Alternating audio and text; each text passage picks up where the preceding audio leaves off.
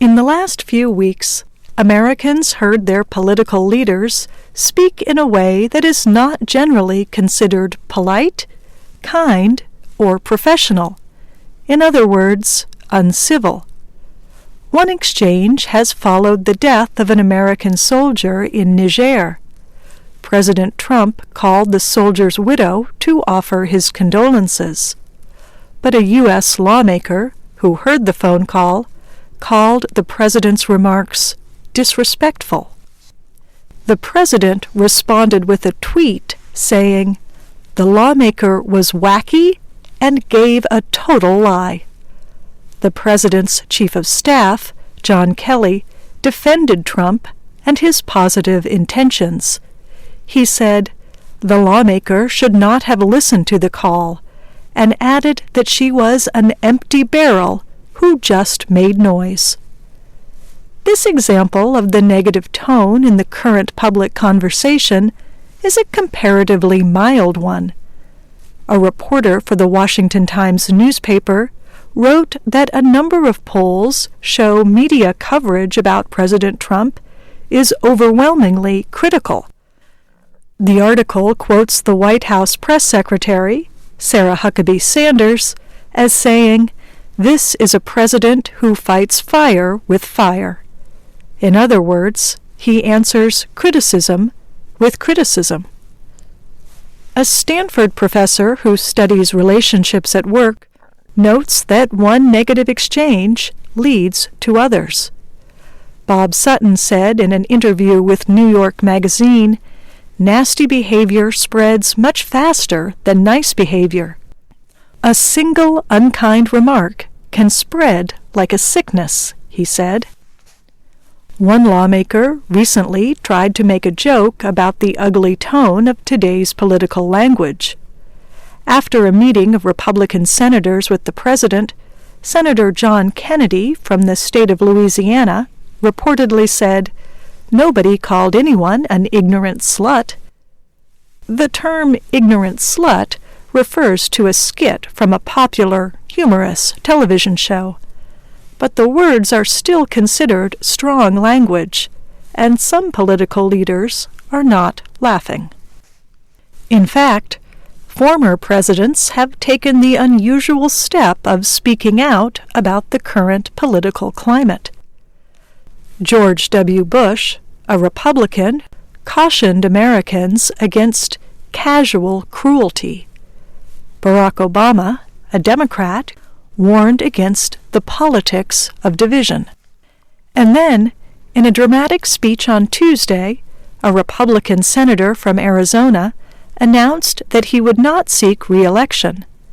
One reason, he said, was because he could not support the president's leadership. Jeff Flake said, "Mr. President, I rise today to say, enough."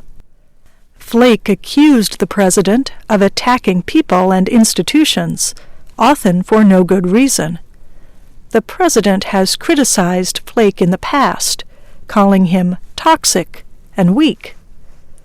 Earlier, another Republican senator, Bob Corker, also said he was retiring and strongly spoke out against Trump. On Twitter, Corker called Trump untruthful and described the White House as an adult daycare center.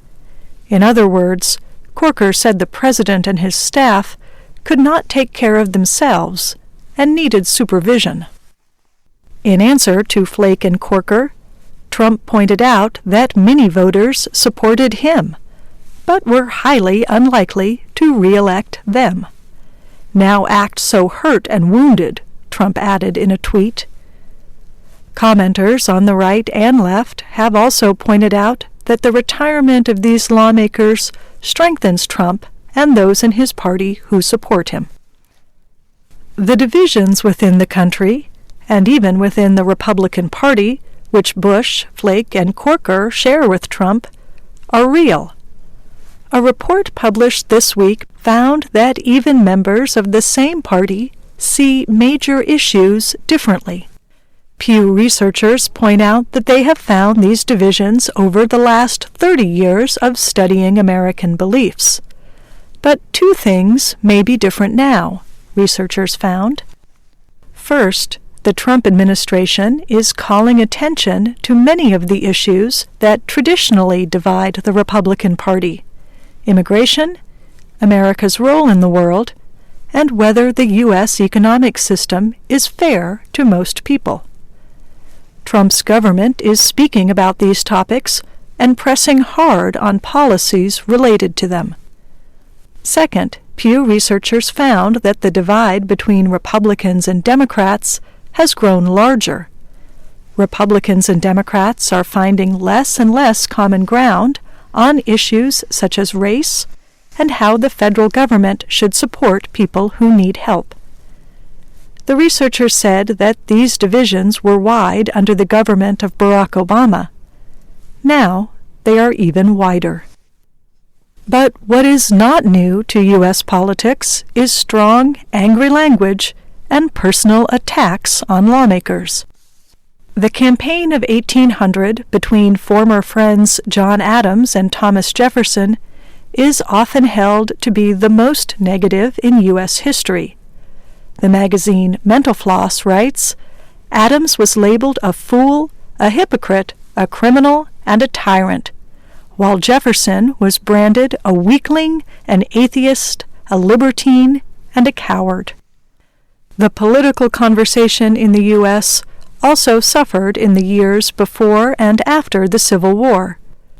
In one event, one lawmaker who supported slavery even used a cane to strike one who opposed it. The men were in the Senate chamber. They both became heroes to their supporters.